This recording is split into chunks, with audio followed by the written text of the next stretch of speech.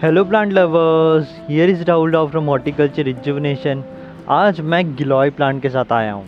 आप देख सकते हैं कि ये प्लांट किस तरीके से ऊपर बढ़ रहा है और इस प्लांट को मैंने छोटे से बड़ा किया है। शुरू में मैंने ये स्टिक लगाया था और स्टिक के थ्रू क्लाइंब करा रहा था और अभी आप देख सकते हैं कि किस तरीके से प्लेस किया है और किस तरीके से बढ़ रहा है। ये प्लांट पॉट में लगा है, तो हम आज इसकी केयर देखेंगे कि हमें पॉट में इस प्लांट की कैसे केयर करना है। तो आखिरी तक बने रहिए, काफ़ी सारी चीज़ें डिस्कस होने वाली है। वैसे तो गिलोय का बॉटनिकल नेम टिनोस्पोरा कॉर्डिफोलिया है, पर गिलोय के नाम से काफ़ी फेमस है। अब गिलोय प्लांट को काफ़ी ज़्यादा इसलिए भी जानते होंगे क्योंकि इसके काफ़ी सारे मेडिसिनल बेनिफिट्स हैं। गिलोय को आयुर्वेदा में भी काफ़ी इंपॉर्टेंस दिया हुआ है क्योंकि ये काफ़ी सारे डिसऑर्डर्स सही करता है।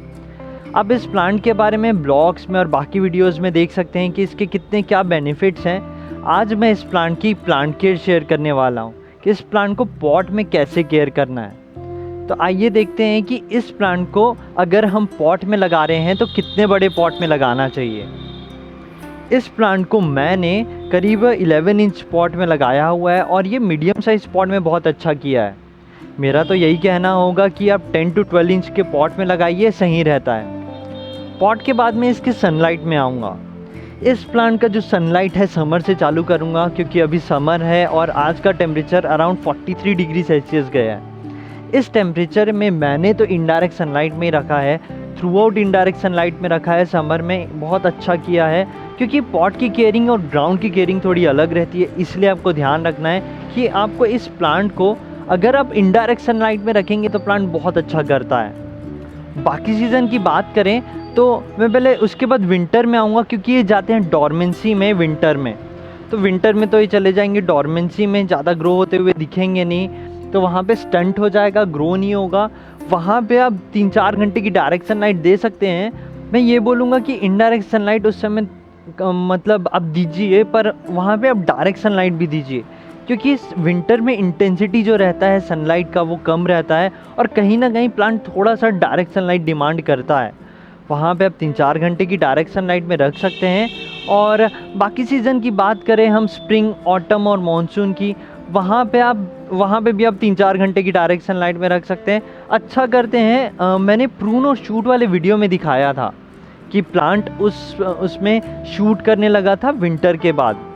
तो विंटर के बाद ये शूट करने लगते हैं, वहाँ पे आप थोड़ा डायरेक्ट सनलाइट दें 3-4 घंटे की, तो बेनिफिशियल रहता है प्लांट के लिए। तो आप ये चीज़ ध्यान रख लीजिए कि समर में इनडायरेक्ट सनलाइट में रखना है और बाकी सीज़न आप 3-4 घंटे की डायरेक्ट सनलाइट दे सकते हैं। एक और चीज़ ये है कि अगर आपके यहाँ ज़्यादा टेम्परेचर नहीं जाता है, जैसे पुणे हो गया और बेंगलोर हो गया, इन सब जगह पे जो टेम्परेचर है आज 36 डिग्री सेल्सियस है पुणे में और मिनिमम भी 23-24 डिग्री सेल्सियस चल रहा है।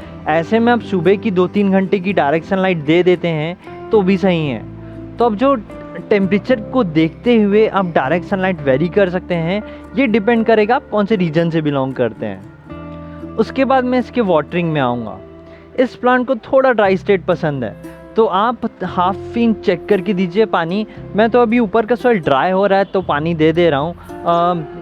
समर की बात है तो समर में आप थोड़ा हाफ इंच पूरा ड्राई होने के पहले भी दे देते हैं तो चल जाता है, पर विंटर में आप हाफ टू 1 इंच चेक करिए, थोड़ा ड्राई होने दीजिए, उसके बाद पानी दीजिए क्योंकि विंटर में जाएंगे डॉर्मेंसी में।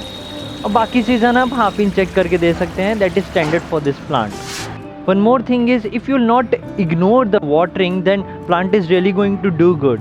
अगर आप इग्नोर नहीं करते हैं, वाटरिंग रेगुलर टाइम पे करते हैं तो प्लांट बहुत अच्छा करते हैं, वहाँ पे बग्स भी नहीं आते हैं क्योंकि प्लांट को एक टाइम टू टाइम वाटरिंग मिलता है तो प्लांट वहाँ खुश रहते हैं। तो मैं काफ़ी टाइम बात करता हूँ कि प्लांट को आपको खुश रखना है, तो खुश ऐसे ही रहेंगे, जब ज़रूरत है आप उन्हें दें, एक फ्रीक्वेंसी मेंटेन करें।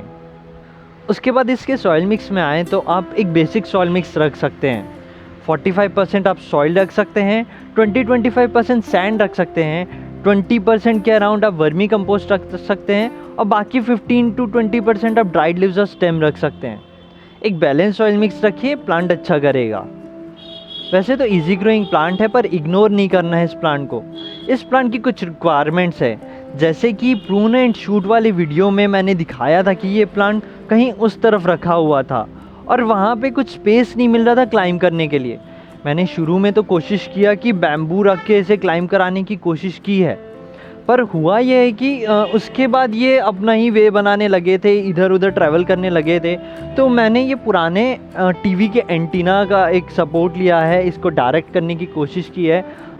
थोड़ा बहुत डायरेक्ट किया, बाकी तो ये अपना वे खुद बना रहे हैं। अगर आपके घर में ऐसा कोई पोजीशन है जहाँ पे प्लांट सही तरीके से अपना डायरेक्शन बना ले, अपना वे बना ले, तो सही रहेगा। मेरे लिए ये सूटेबल लगा तो मैंने ये रख दिया है। तो एक चीज़ ध्यान रखना है कि कहाँ प्लेस कर रहे हैं प्लांट को। सही जगह प्लेस करिए तो प्लांट अच्छा करेगा। इसकी प्लांटिंग सीज़न की बात करूँ तो spring is the best season two plant, और आप मानसून में भी कर सकते हैं इसे प्लांट। आपको विंटर या ऑटम में अवॉइड करना है, क्योंकि विंटर में जाते हैं डॉर्मेंसी में। इसका जो डॉर्मेंसी है लगभग 16-17 डिग्री सेल्सियस के नीचे गया तो आएगा। तो आपको यहाँ ध्यान रखना है कि विंटर में अगर प्लांट करेंगे तो ये ग्रो नहीं होंगे। अगर ग्रो नहीं होगा प्लांट तो फिर आप टेंस्ड हो जाएंगे। तो वहाँ पे टेंस और स्ट्रेसफुल सिचुएशन से बचने के लिए सही सीज़न पे प्लांट कीजिए। स्प्रिंग पे प्लांट कीजिए या फिर आप मानसून पे प्लांट कर सकते हैं।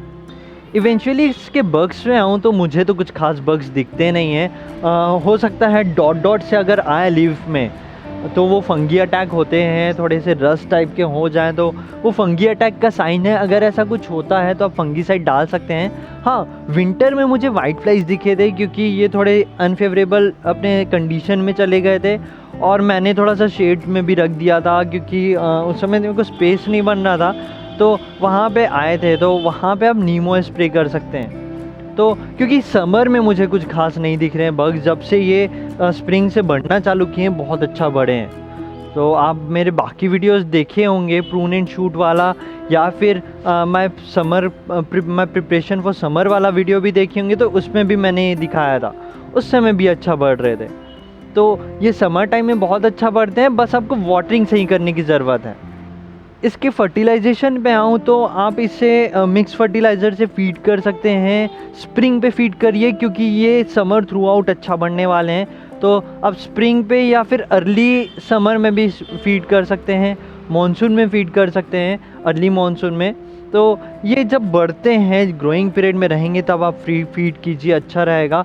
विंटर में अवॉइड कीजिए, क्योंकि ये जाएंगे डॉर्मेंसी में। और क्या फ़ीड करने की बात है तो आप मेरे फर्टिलाइज़र वाला वीडियो देख सकते हैं, उसमें मैंने डिटेल्ड वे में बताया हुआ है कि क्या फ़ीड करना है। कुछ टाइम पहले मैंने लिक्विड फर्टिलाइज़र वाला वीडियो भी शेयर किया हुआ है, आप वो भी देख सकते हैं। अब वो फ़ीड करेंगे तो प्लांट बहुत अच्छा करेगा। प्लांट बहुत ज़्यादा डिमांड तो नहीं करता है फर्टिलाइज़र, पर आप देंगे तो न्यूट्रिशनल जो लेवल रहता है वो बैलेंस रहेगा सॉइल का। तो प्लांट बहुत अच्छे से एसिमुलेट कर पाएंगे न्यूट्रिशन, प्लांट खुश रहेंगे और हेल्दी रहेंगे। तो फर्टिलाइज़र का इम्पोर्टेंस समझिए, इंटरवल्स में फीड करिए, इग्नोर मत करिए। तो ये था गिलोय प्लांट का केयर, और होपफुली आपको अच्छा लगा हो और आप गिलोय प्लांट बहुत अच्छे से ग्रो करें। Thank you for watching, keep gardening.